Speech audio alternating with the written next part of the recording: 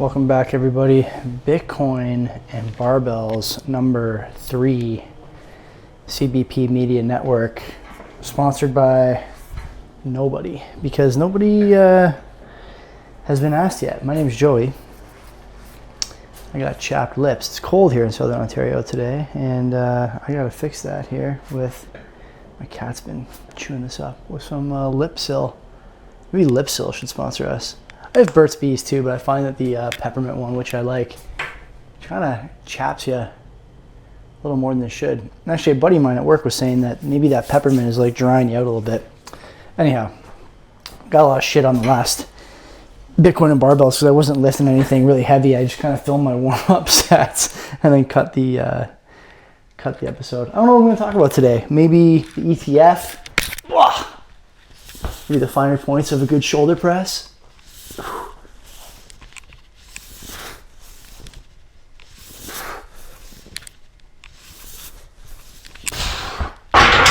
The ETF's been a letdown for a lot of people. I don't know if they should be, honestly. I'm not sure like where I come down on what the ETF should have been or should not have been. I know on the show we've joked about like 30K candles, and you know, with price going to be 200,000, 500,000, I don't know. You got guys like Fred Krueger talking about inflows have been great on that product and all this.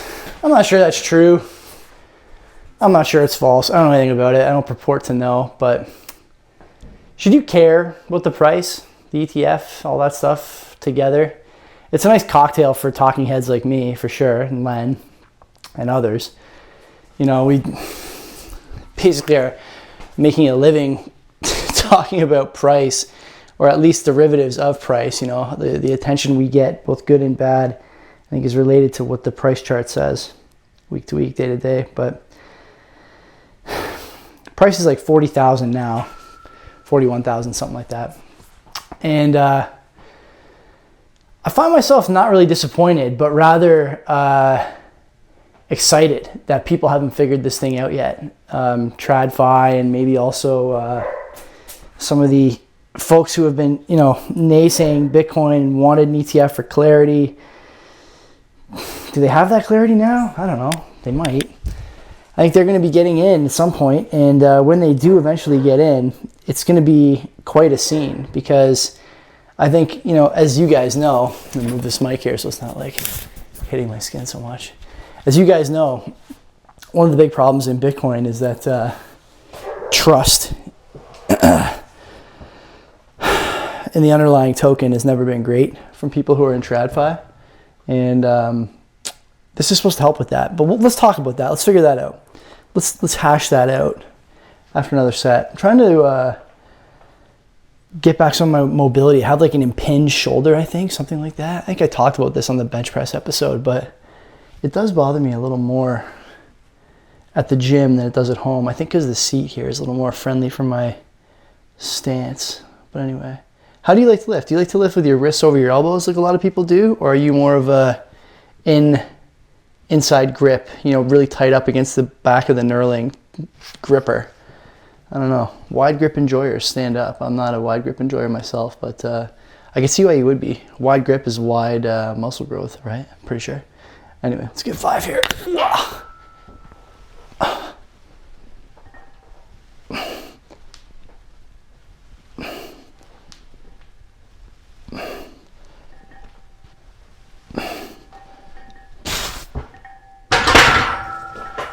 I view the ETF, like I said on the show, and like I said on Money Talks, and like I've said on Twitter, and I've said a million other places, the ETF is an opportunity for us to use existing tools and existing people and existing systems in a way that we typically don't. We frown upon the banks and the, you know, bank investment people and mutual funds people, and today, like, you know, you're talking about how much of a scam stocks are. Nvidia worth more than the entire US energy sector, I think. Make that what you will. I wish I hadn't sold all mine a few months ago. I think we still have some in our joint account, but I haven't checked. Like, we haven't really had a lot of good things to say about the trust, the agents of trust in the old system, but with the ETF now, you kind of got an opportunity to use them to your advantage. And how do you do that? Like many of you, I've tried to talk to my friends about Bitcoin over the years.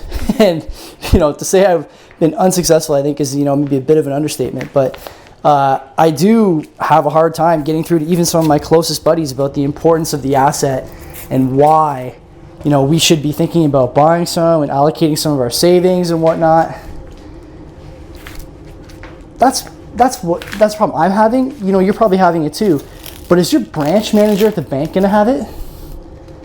Is the person who manages your parents' retirement savings going to have it? Is the person who manages, it's a weird angle to talk to the camera. I don't know how I'm going to do it. Maybe like this. Is the person who manages your parents' savings going to have that problem getting through to them if they want to? I don't know. They might, or they might not, but they're definitely going to have an easier time than you and me did getting through to like our parents, our friends, and that older generation. I think that's important for us because I think our parents really understand the problem. They do. I do believe that's true. They get the debasement thing. They've been through inflationary stretches in the past.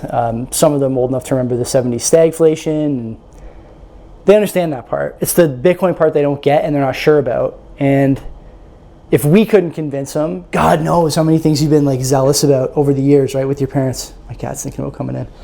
The things you've been zealous about with your parents over the years, and they've been like, well, maybe, maybe not. And you might have been wrong about a bunch of them, right? They're probably thinking to themselves, you might be wrong about Bitcoin too. But they have a lot of faith in their financial planners, the people who are responsible for their money, who they've had relationships with for 20, 30, 40 years. In some cases, probably longer than you've been around to talk to your parents about stuff. So for me, I think it's a big plus that we don't talk a lot about. And I've taken some grief over that because the ETF's paper Bitcoin. I don't think that's the case. I think the ETF it's not as good as self-custody Bitcoin, but to call it paper Bitcoin, which insinuates that it's not there, like it's somehow not legitimate, I think it's a contradiction in terms. I said this on our show, the DR in SPDR stands for deposit receipt. These ETFs use deposit receipts, and you can say what you want about Coinbase, but the fact of the matter is they're audited semi-regularly, and they hold they do the custody for, I think, all 11 or 10 of 11 or 9 of 11, whatever ETFs. So good ETF, good for that generation. But what do we do about getting that generation into self-custody Bitcoin? Well, I think we can talk about that next, right after I bang out another 5 here. I've been told that I'm lifting too heavy by my wife and also by my throwing shoulder, as I mentioned. So maybe I won't go heavier than 135 today, or maybe I will. We'll see. There's a video during last year where I was doing 195 overhead press, which in retrospect was probably too much. I was probably 5-6 pounds heavier then too. But we'll see. We'll see how I feel today. I didn't go to the gym. I was busy all day. So I'm just trying to vibe out some decent sets here while shooting the shit about Bitcoin with you guys. All right, here we go. Let's see what we got in the tank.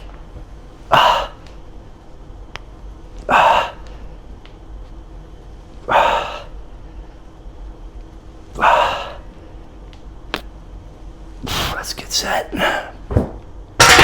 Some people say, why don't you do more than 5? Fuck you. I'm not doing more than 5. You let me know when you can do 135 overhead press, and we'll talk about how many reps I do. But until then, I don't want to hear it. So, the ETF. Can we get boomers to be proponents of self-custody? Honestly, I'm not sure. We can try, though. How are we going to do it? Show them that we're doing it is number one. Show them that we've been competent in that regard for several years. And see if they can, if that helps with that initial kind of hesitancy about custodying an asset like that. Come on in, Moose. People want to see you more than they want to see me anyways. Come on, you coming? Scratching. So can we get him over that hurdle? Maybe we can.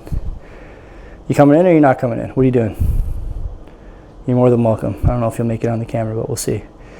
Other thing I would say is that the Bitcoin ETF only holds value if the underlying characteristics stay the same. Censorship resistance, counterparty, removal of counterparty risk. All the things that we love about Bitcoin that the boomers don't get or haven't thought of or don't care about. If they're on the number go up side of things, we got to make sure that they start to care about that stuff. ASAP, that's got to happen. And I think we do that by continuing to share news stories. Obviously, the Davos meetings this week, the WEF crowd or whatever, Klaus and the other boys and girls out there talking about, God knows what they're talking about, but continue to share stories like that. I think about a guy like Keith Dicker. He's a good example of this, right? This is a guy who is very bright, obviously friend of our show. I'd love to have him back on because I didn't get to talk to him about Bitcoin nearly as much as I wanted to. But when I look at what he's saying on Looney Hour every week about how dangerous some of the stuff about CBDCs and WEF initiatives are and things of this nature, the first thing I think is this is a guy who's ready for Bitcoin. But then when I talk to him about it, he doesn't have a view of Bitcoin that includes fixes problems that I have with the WEF, right? But I think a lot of older folks will have those problems if you show them that they're going on, show them that they're being created overseas by people who are unelected and unregulated and all these things. You can use that as a wedge into the door for self-custody Bitcoin, I think. Now, people may say, well, we don't want the people who are buying the paper ETF to be self-custody. We don't need them. I got thoughts about that too. We'll talk about it. This is, I think, 145. I should be able to get 5 up here, but we'll see. I have a confession to make about nutrition. I had 2 pieces of pan fresco pizza from Fortino's for lunch. They were very good, but they're not very good for you. Okay. Let's get 5 here.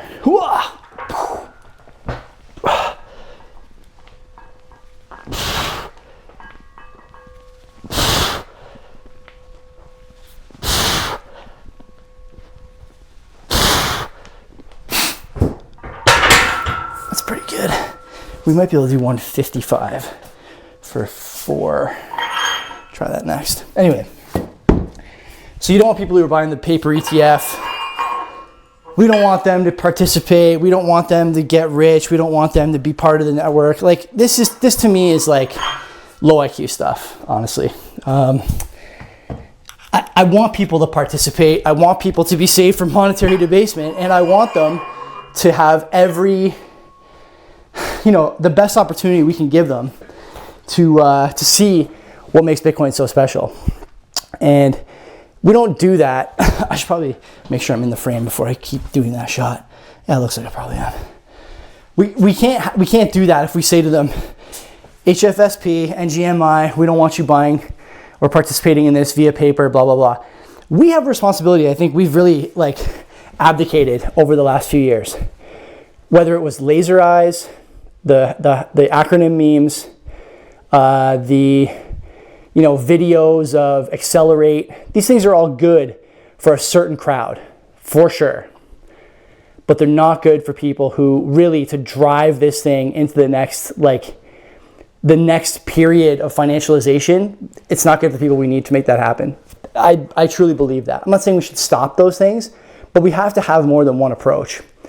The second approach cannot be, we don't want you, we don't need you, you cause the problems. I know people are very unapologetic when it comes to boomers and the wealth they've amassed. They're doing the same thing now that you and I would have done if we were in their shoes. There's no doubt about this. You would have not sat back, Bitcoiner, and been like, yeah, I guess I'll just go down with the ship. Fuck real estate. I'm just going to buy what I need. Fuck the S&P 500. I'm not going to participate in this run up. Fuck the gold as it's depegged from the dollar and gets to run a free market. Fuck all that. You would never have done that. So don't start with me on that topic. These people did what they had to do, and we want them to do what we think is best for them now and also best for us now. It's getting them on board, ETF or not. Okay, so let's get that out of the way. Now, the price, the price has been underwhelming, sure, but the price being underwhelming is not the worst thing in the world. Everybody and their brother talking about sell the news, everybody saying, this is obviously a sell the news event, the flows are underwhelming. We thought we were going to be breaking records for price and blah, blah, blah. We still may. It took gold 12 years almost, or I shouldn't say 12 years, 8 years almost, to go from 400 to almost 18 or 1900. That's the same period that the GLD ETF was announced and started trading. So make of that what you will. Gold is in some ways the same, some ways not as Bitcoin. But the fact of the matter is, it takes time for flows to initiate, to really begin in earnest, and it takes time for advisors to find the strategies that work to bring people in. Those things are both working in our favor. I also think that there's a lot of new money coming to Bitcoin that doesn't necessarily have to come out of other stuff. I think that a lot of people are in cash positions. Maybe people move some of their cash position to Bitcoin or gold to Bitcoin. But this idea that like there's going to be a rotation trade out of the S&P or out of the NASDAQ for Bitcoin, I don't think is true, and I don't think has to be true, which is good for us. That's money that doesn't have to come from somewhere else, that doesn't have to go through another hurdle point. You know, when you're sitting across your kitchen table from your investment portfolio manager, I could think about times when I was a kid, sitting with my dad and our different investment people, hearing them make the case to my dad why he should do something or shouldn't do something, and hearing them go back and forth. In retrospect, that was very formative for me, and I think that people have that experience more and more as times become more and more difficult, as things like passive indexing become more and more prevalent. These investment brokers have to find angles that help them outperform. Bitcoin can be that angle, I think. And, to date, it hasn't been. It's been, kind of rough since the ETF launch, but this is to be expected. We have drawdowns like this all the time. And I've said before that I don't think this is going to stop anytime soon. The ETF doesn't alleviate the volatility problem, or I should say opportunity for us, that Bitcoin has. But there will be investors and brokers looking to outperform the S&P, outperform passive indexing, at very low management fees. Some of these ETFs are like damn near nothing. They are nothing for like 6 months or 8 months or a year. Good opportunity for those guys to use those vehicles, right? What should the next topic be? I don't know. I think we're gonna try and do 4 here at 155.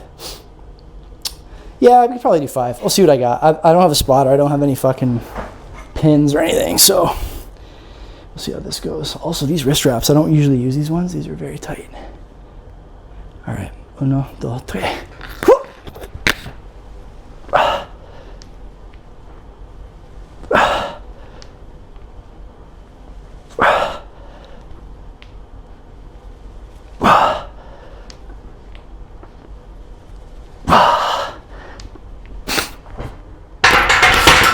That feels pretty good. Keep marching here. Let me put the 5s back on, maybe. Go to 165.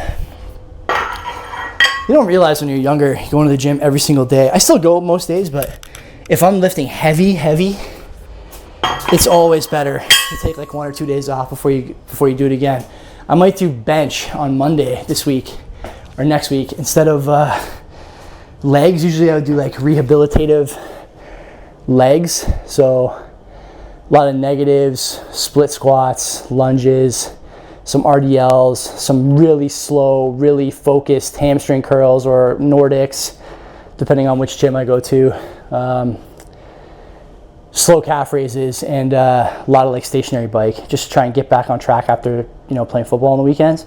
But I'm starting to think that football is not enough to really take away power that you would have if you were going to do a big lift on Monday. So I'm either going to do chest or back and buys on Monday, I think, and really go hard, see how it goes.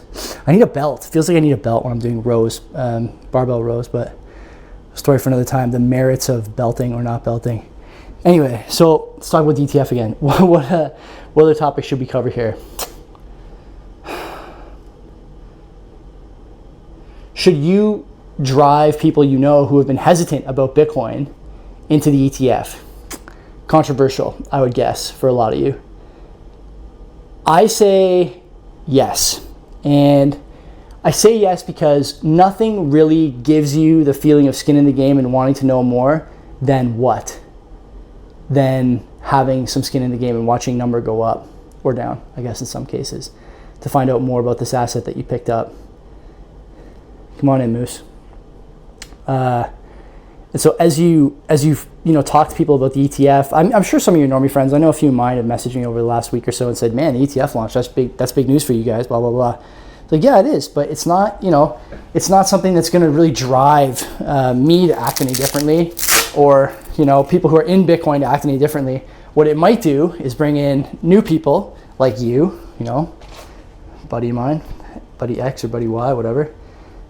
Here's where you can go to find out more about the ETF. If you're on Wealthsimple, like a lot of my friends are, you can go here to buy, blah, blah, blah. Lots of opportunities to bring in new money, but also new ideas, right? Like, we need more people our age, I think. You know, like I always say, I'm shocked at how many people in their mid-30s, like I am, just refuse to accept Bitcoin has a place in like a responsible portfolio allocation.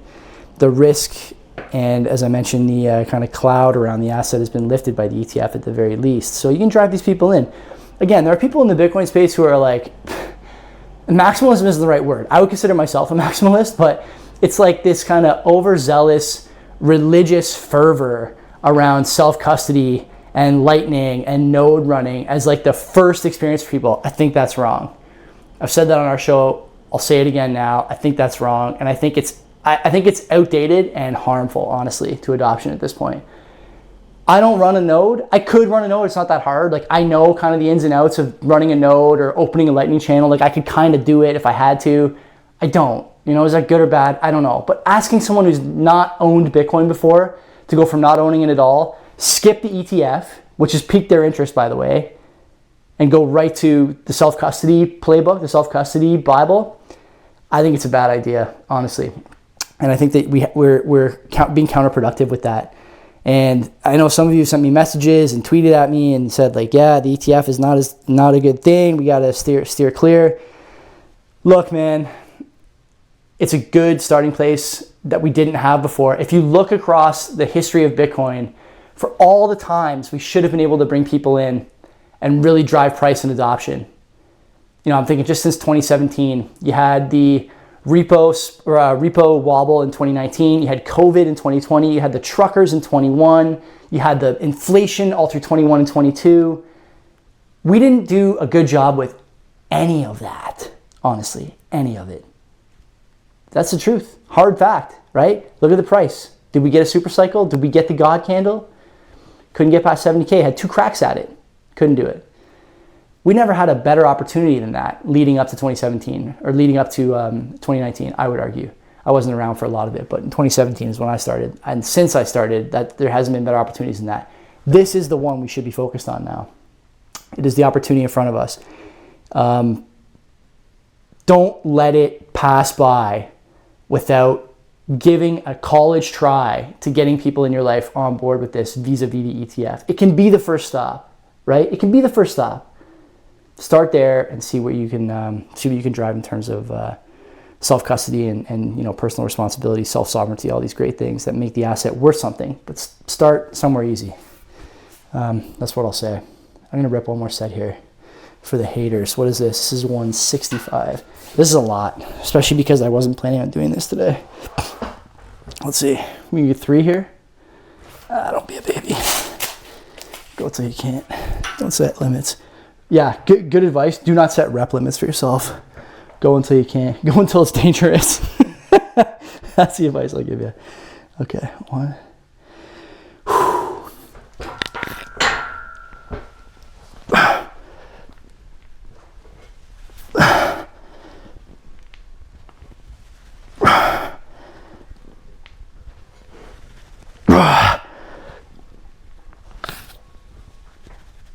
Oh yeah, that's good shit. See that pause at the bottom too? That'll make a man out of you. Take care. See you next time.